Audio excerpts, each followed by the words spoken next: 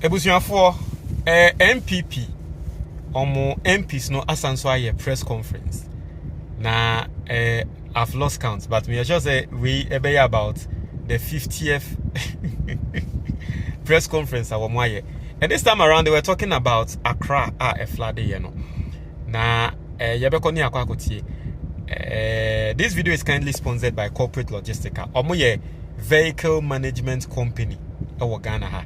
Say o car na pese kan dey adwuma ma na unya so mfa so a fashion Corporate Logistica nsa omo abepe driver maka no omo abeye maintenance o kan ne ho na wa kan ye odie no every single month obeji aketua 2 times until the can show monsa tina feel relax. Listen, me nim I have dealt in car ye demo will be say one fanye adwuma da, you know the stress involved, and na driver ni si bibia say ochina no fa sales mba hey fa kan ne ma Corporate Logistica now relaxing at yase every month bia kokoju usike free omo ho as simple as that. From it was 059 8022 033 oyo ba na nim se ni chika sakesie ya Corporate Logistica ewe juma emau enti free number no yentie Honorable Afenyo Markin. This is the minorities position in respect to the happenings in our country. Ghanaians woke up yesterday to scenes that have become tragically familiar under this administration. Major part of our national capital. Oh, Charlie. You see, just the first paragraph cry. But MPP for you people, you are interested though. I'm not going to lie, you people are interested. Emra, I didn't see ya about me. Okoye ne to. Our ne engrofoko kasaido. Adia waka say, let us not politicize this. But Afenyo Markin, the first statement now or politicize the no. Say NDC ba edie enyama yehuni. Hey, mo. Which are submerged, homes destroyed, livelihood washed away, and citizens stranded in the very city that houses the seat of government. This is not an isolated weather event. It is the predictable consequence of a government that talks about preparedness while doing nothing to deliver it.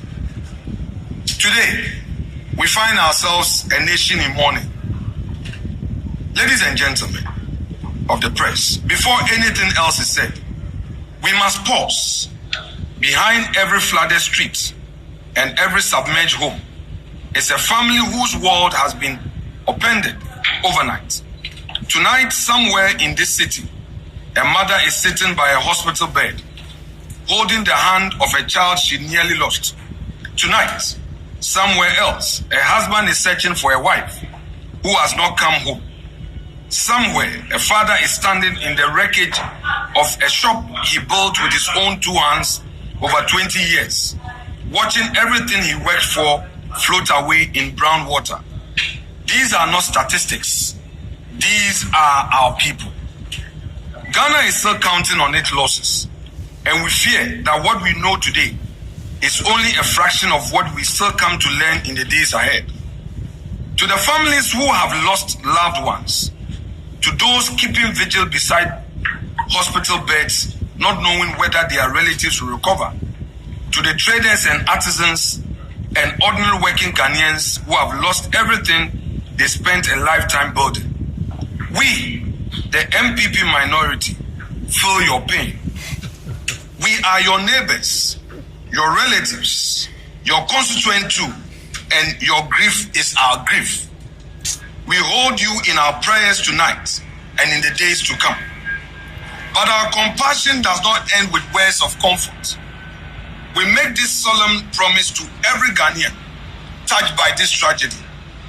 We, the mighty minority, will use every tool of accountability available to us, both within this house and beyond it, to ensure that those whose negligence contributed to this disaster answer for it. Your losses deserve more than sympathy. It deserves justice, and the minority will not rest until you have it. Now let me go back to the task force that existed on paper and on paper alone. Ladies and gentlemen of the press, last year, His Excellency the President announced the establishment of an anti-flood task force, specifically charged with preparing the capital for the rainy season, chaired by his Deputy Chief of Staff in charge of operations, Mr. Stan Jose Dogwe. The public was assured that lessons had been learned and that the year would be different. Yesterday's flooding is the clearest evidence that this task force produced no meaningful intervention on the ground. If serious drainage works, the silting or flood mitigation infrastructure had been undertaken, the impact of the rains, however heavy, would have been measurably reduced. Instead, entire neighborhoods went underwater, exposing the gap between government rhetoric and government delivery. Now we see a pattern, not an accident. Ladies and gentlemen of the press, this was not the first flooding incident of the year. Weeks earlier, significant parts of Accra were already inundated at a time when the president was out of the country on an official visit that took him through the United Kingdom and Belarus.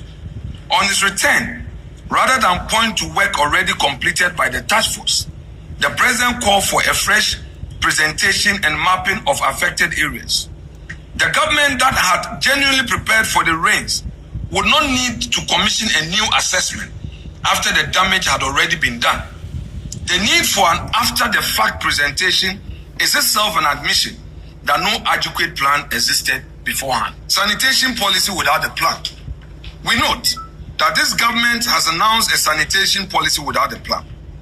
Compounding the crisis is the government's decision not to renew waste management contracts with some contractors, following concerns raised about the term of these contracts. The minority does not dispute that public purse must be protected from poorly structured agreements. However, terminating or declining to renew a major waste collection arrangement without first putting in place credible alternatives has consequences. In the resulting vacuum, informal and unregulated waste collectors, commonly referred to as aboboya operators, have proliferated. There is documented video evidence of such operators dumping refuse directly into gutters and drains. Block drainage systems are a direct and significant contributor to urban flooding. A government cannot dismantle a sanitation system without securing its replacement, then act surprised when the resulting refuse chokes the city's drains. Rainfall is not an excuse for the absence of a plan. Ladies and gentlemen of the press, the president stated yesterday that approximately 140 millimeters of rain fell on Accra, compared to a higher single-day figure of about 56 millimeters recorded last year, and argued that this is, quote, beyond our control, end quote, while pointing instead to human behavior, including structured builds in waterways. The minority does not dispute that rainfall intensity is a climate reality outside government's control. But that is precisely why preparedness matters most in years of extreme rainfall, not least in them. A competent administration plans for the worst case scenario, not the average one. Ghana's meteorological agencies issue seasonal forecasts every year, and a task force was specifically constituted months ago to prepare the capital for exactly this kind of event. If, by the government's own admission, human encroachment on waterways is a known and long-standing contributor to flooding, then a task force that had been doing its job would have addressed that risk well before the rains arrived. You know what? Instead of, sitting down and defending my very own NDC, give it to Afenyo Markin. Give it to Afenyo Markin. I think he raised some points. He raised some serious points, But in Semni Biawokano, a funny. Speaking from Ono MPP ni, what you say? Saying Abine ye incompetent because they couldn't, but one more time, 8 years, every single year, so not flat AC. But you see, I don't want my very own NDC to fall into that trap, because if we fall into that trap, our money in developing. So what I want from my very own NDC and say, accept the blame, accept the responsibility, and then let us tell Ghanaians, say, listen, we are going to solve it. A dime be a yesi, ewa water way biano, yakoni unkunko bubu. Baby any coin say, a baby I was in Sufa will be a quack blocking a bia, yensi krum ni unkunko bubu. So that is the response I want from my NDC. Meaning say omoko yes adie na MPP for na beba beka say na mu bubu ngrofo da na mo ndo Ghana for, but NDC has to accept the responsibility. So fair play. Afenyo Markin the oye no fair play. Oye opposition leader, he's supposed to mount pressure on the government. Fair play. I'm going to give that to him. You know, in some wakano, I mean, he's not wrong in most of the things he's saying. So fair play to Afenyo Markin. Why adie? I want the government to accept responsibility, and then the government should act on it. That is all I want. Afenyo Markin, why are they?